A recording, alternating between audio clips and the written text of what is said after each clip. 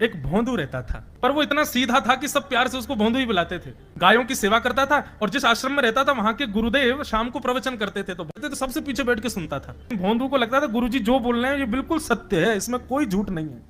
एक दिन गुरुजी प्रवचन करते हुए बोले, यमुना के पल्ली पार भांडीर वन में ठाकुर जी गैया चराने आए। भांडीर वन का नाम सुनते भोंदू कान खड़े हो गए। बोले भांडीर वन तो मैं जाता हूं गैया लेके, मुझे तो कभी मिले नहीं वहां पे। अरे मुंह में ही कमी होगी, मुंह में ही सामर्थ्य नहीं होगी उनको देखवे कि मैं ही नहीं देख पाए होंगे, वो तो आते होंगे वहां पे, मुझे ना दिखे होंगे। भोंदू ने पहली बार जिज्ञासा करी, गुरुदेव ठाकुर जी दिखते कैसे हैं? तो गुरुदेव भी हंस गया, अच्छा भोंदू पूछ रहा है, बैठ जाओ बताते हैं। मोर मुकुट पहनते हैं ठाकुर जी, और बोले दो कान हैं लेकिन कुंडल एक ही पहनते हैं। ठाकुर जी ऐसे पुष्प तोड़ के कान के ऊपर लगा लेते हैं, दोनों कानों में एक ही कुंडल को फेर फेर के पहनते। ठाकुर जी पीली पीतांबरी, ऐसी ठाकुर जी पीली पहनते, पीली पीतांबरी। माला कैसी पहनते हैं आती है, ठाकुर जी ऐसी पहनते हैं पूरी पैरों तक जाए। ये देखो गुरु जी कह रहे हैं तो निश्चित है भांडीर वन में आते हैं ठाकुर जी। भोंदू अपनी गैया लेकर के भांडीर वन पहुंच गया। गैया चल रही थी, अब भोंदू ढूंढ रहा है, कभी वृक्ष के नीचे जाके देखे, कभी कहीं देखे, कभी ढूंढे कहीं से चंदन की सुगंधी आ जाए। गुरुजी बता रहे थे उनमें से चंदन की सुगंधी आती है, क्या पता कन्हैया यहीं कहीं हो। इतने भाव से, इतने प्रेम से और इतने भोलेपन से ढूंढने लगा ठाकुर जी को, और ठाकुर जी नहीं मिलते ना तो अपने आप को ही कोसता, मुंह में योग्यता ना होगी यही मारे ना मिल रहे, ठाकुर जी तो यही है। गुरु जी की बात गलत नहीं है, ठाकुर जी तो यही है।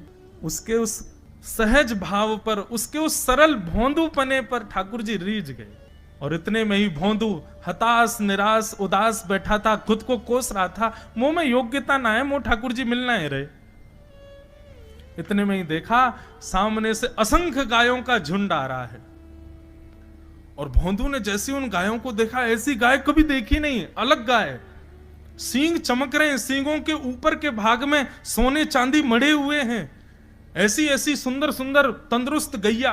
तभी देख रहा है भोंदू पीतांबरी पहनी है, गले में वैजंती माला धारण की है, सिर पर पाग पहनी है, एक कान में कुंडल है, मंद मंद मुस्कुरा करके दतुइयां दिखा रहे हैं, कटाक्ष नेत्रों से कभी इधर देख रहे हैं कभी उधर देख रहे हैं, अपनी वेणु को कमर में कस करके गैयाओं के गले में गलवैयां डाल करके श्याम सुंदर भोंदू की तरफ चलते भय आ रहे हैं। ये दृश्य देख करके हाथ पांव कांपने लगे भोंदू के। उसको लगा मेरे पास तो आएंगे ही नहीं, है वहीं से मुड़ जाएंगे, अब मैं उनके पास जाके उनको असहज नहीं करूंगा, यहीं से देख लूं, यहीं से प्रणाम कर लूं। लेकिन जैसे जैसे प्रणाम करके ऊपर देखता, ठाकुर जी और पास आ रहे हैं, और पास आ रहे हैं, और पास आ रहे हैं। जैसे ही ठाकुर जी आकर के बैठे, भोंदू के पास शब्द नहीं है, हाथ पैर कंपित हो रहे हैं, उसको सूझ ही नहीं रहा करूं क्या मैं, इनके लिए क्या बिछाऊं, कहां बैठाऊं। ठाकुर जी ने अपने आप ही भोंदू के गले में हाथ डाली, अरे तेरा नाम कहा है? जैसे ही ठाकुर जी ने नाम पूछा, भोंदू अपना ही नाम भूल गया, बोले मुझे याद ही नहीं मेरा नाम क्या है, पर प्रेम से सब लोग मुझे भोंदू बुलाते हैं। अब तो भोंदू नाम सुनते ही ठाकुर जी ताली दे दे के हंसने लगे, तेरा नाम भोंदू है? बोले हाँ मेरा नाम भोंदू है। और ठाकुर जी आपको अच्छा लगा? बोले हाँ बहुत अच्छा लगा। आपको नाम कहा है? ठाकुर जी बोले तुम वो ना जाने? बोले जानू तो ना हूं, लेकिन गुरुजी ने जैसा रूप बताया वैसा ही है आपको, तो आप कहीं नंद नंदन तो नहीं हो? ठाकुर जी बोले हाँ मैं नंद नंदन नहीं हूं, यशोदा जी को लाला, नंद जी को लाला। भोंदू बोलो जय हो भगवान, आज आपके दर्शन है गए। गुरु जी और सब बालकन को तो आप शायद रोज ही मिलते होंगे, लेकिन मैं ही अभागो, मुंह को आप आज ही मिले हो। ठाकुर जी बोले अब चल बात मत बनावे, जल्दी कछु खवा, मुंह को भूख लग रही है। भोंदू एक कपड़े में रोटी बांध के उसमें मिर्च और गुड़ रख करके लेके गया। 2 रोटी थी, भोंदू ने जैसे ही खोली, एक रोटी ठाकुर जी के सामने धर दी, एक अपने पास रख ली, बोले मैं भी तो खाऊंगा। ठाकुर जी ने बढ़िया रोटी ऐसे घुमाई और प्रेम से गुड़ खामे और रोटी पान लगे प्रेम से, और ठाकुर जी तो चप चप करके नेक देर में पा गए। भोंदू तो भूल ही गयो, मुंह खानो भी, वो ठाकुर जी को ही देख रहा है। ठाकुर जी बोले और जोर की भूख लगी, ला अपनी रोटी दे दे। भोंदू बोलो मुंह को भी भूख लगी है। बोले अच्छा चल आधी आधी खा ले, या मैं आधी तू खा ले आधी मैं खा लूं, दोनों खा लिए। कल ते नेक्स्ट से ज्यादा सी रोटी ले आइयो, भूख ज्यादा लगे, और सुन यही समय आइयो, मिलूंगा कल भी तोते। ठाकुर जी अपने मार्ग पर चले गए। भोंदू इतना प्रसन्न है, बोले आज मुझको ठाकुर जी मिल गए। गुरुदेव के प्रवचन का समय हो गया, भोंदू पीछे जाके बैठ गया, अपने गुरुदेव को प्रणाम करे, इनकी कृपा से ठाकुर जी मिले। उसने किसी को नहीं बताया, उसको लगा सबको ही मिलते हैं भगवान, मुझे ही मिले हैं बहुत दिन बाद। दूसरे दिन भोंदू खूब सारी सामग्री रसोई घर में इकट्ठा करके जाने लगा। किसी ने जाके गुरुदेव से कह दिया कि भोंदू बहुत सारी सामग्री ले जा रहा है। गुरुदेव ने जाके कही, भोंदू इतनी सामग्री ले जा रहा हो भैया, वो भंडारो करेगो का? नहीं गुरुजी भंडारो तो नहीं करूंगा, वो नंद नंदन नाम है, वो यशोदा नंदन मदन मोहन, वो अपनी गैया चरा के आए, कल भी आए, मेरी रोटी खा गए, मैं भूखो ही रहेगो कल। या हमारे ज्यादा सी ले जा रहा हूं, बेचारे बहुत भूखे आए कल कि उनको पेट भर जाएगा, मैं भी पाए लूंगा, या हमारे गुरुजी आज ज्यादा सामग्री ले जा रहा हूं। गुरुदेव ने मन में सोचा, बात कोई और कहे अविश्वास किया जा सकता है, लेकिन भोंदू झूठ नहीं बोलता। भोंदू कभी झूठ नहीं बोलता, भोंदू की बात पर विश्वास करना ही पड़ेगा। गुरुदेव बोले, सुन सुन इधर बैठ, ठाकुर जी आए थे। बोले हाँ। अच्छा, उनका रूप कैसा था? जैसा रूप आपने बताया था ना गुरुजी, बिल्कुल वैसा, ऐसे कटाक्ष नेत्र, मोती जैसे दांत, ठाकुर जी की मुस्कान ऐसी, पाग ऐसी, कान ऐसे। गुरुदेव के तो नेत्र बंद हो गए, वे सब अनुभव करने लगे।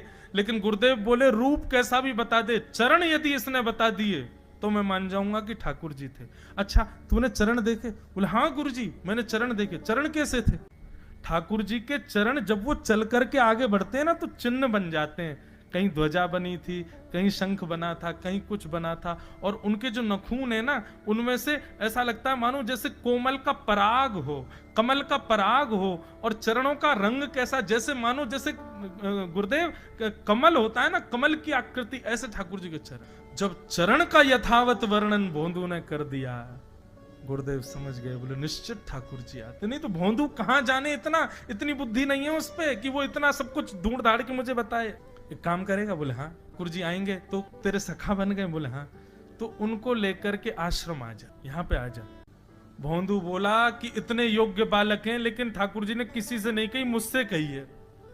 अगर मैंने ये काम नहीं किया तो मेरा जीवन व्यर्थ है।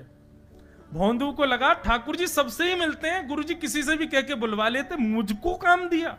भोंदू ने तो उसको अपने हृदय में ले लिया, अब ये काम मुझे करना है। बोले गुरुजी मैं वचन दे के जा रहा हूं, ठाकुर जी को मैं लेके आऊं। भोंदू वन में चला गया। अब तो उसको मिलने की भी एक्साइटमेंट नहीं है और कोई उसके मन में भाव ही नहीं है, उसको ये है बस ठाकुर जी को मैं ले जाऊं।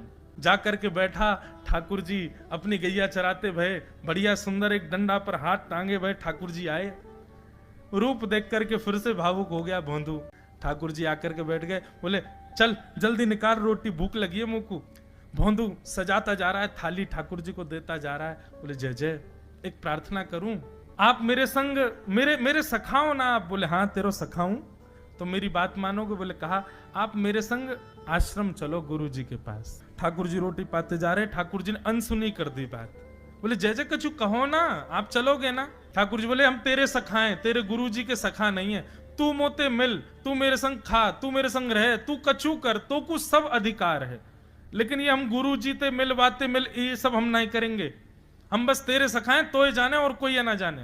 ए जय जय ऐसे मत कहो ना, वे नहीं बताते तो मैं तो आपको देख ही नहीं पाता, मैं तो आपको जानता ही ना हूं। उनने ही तो मुझको बताई कि आप भांडीर बनाते हो, आपका रूप ऐसा है, उनने कृपा करके मुझको आपसे मिलवाए हो, वही हमारी मित्रता के मूल आधार है, उनसे तो मिलवे चलो ना। ठाकुर जी बोले देख ज्यादा जिद मत करे, हमने तो उसे एक बार कह दी हम नहीं जाएंगे नहीं जाएंगे नहीं जाएंगे। ठाकुर जी रोटी पा रहे थे तो भोंदू ने हाथ से रोटी और छनाई, बोले ये भी दो, ये भी गुरु जी की है, लाओ ये मिर्च गुड़ सब दो, ये सब गुरु जी को, ये भी मत खाओ। और सुनो, यदि हमारे गुरु जी से आपको प्रेम नहीं है तो हमको आपसे प्रेम नहीं है। कल ते अपनी गैयान को लेके कहीं और चरावे जाओ, होंगे तुम नंद नंदन अपने गांव के, मेरे गुरु जी के पास नहीं जाओगे। और सुनो, ये मुंह में जो रोटी रखी यू को उगल ले आओ, ये भी गुरु जी की रसोई में बनी है, हमारे गुरु जी से नहीं मिलेंगे। ठाकुर जी बोले अरे भोंदू ने रुक तो, नहीं नहीं नहीं अब तो मैं सुनूंगा ही नहीं, आपने ऐसे कैसे कह दी नहीं जाएंगे, 3 बार नहीं जाएंगे नहीं जाएंगे।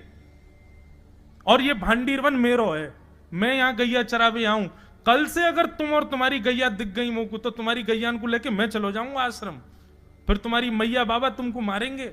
ठाकुर जी बोले अरे भोंदू इतना नाराज? बोले यदि मुंह से मित्रता रखनी है तो मुंह को वचन देना पड़ेगा कि आप आश्रम चलोगे, और अगर आपने फिर से नहीं कही तो मैं जा रहा हूं वापस, और कभी आपको मुख नहीं देखूंगा, अपना मुख नहीं दिखाऊंगा।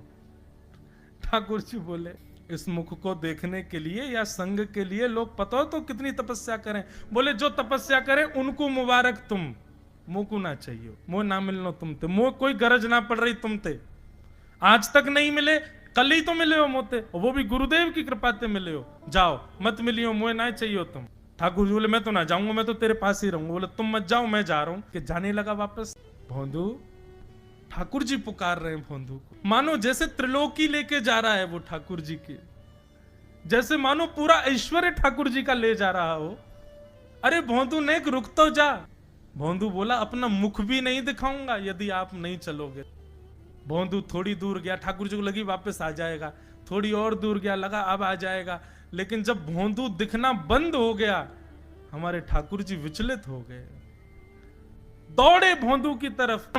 ठाकुर जी दौड़ करके गए और जाकर बोले ले चल अपने गुरुदेव के पास, चलूंगा तू जहां कहेगो, लेकिन तो दूर नहीं जान दूंगा। के आश्रम जा रहा है, गुरुदेव आकर के खड़े हो गए और मन में बस विचार कर रहे थे, हाथ पांव कांप रहे थे, बोले ठाकुर जी आएंगे कि नहीं। इतने में ही भोंदू आया और तभी देखा भोंदू के पिद्दी पर ठाकुर जी टंगे भय आ रहे थे।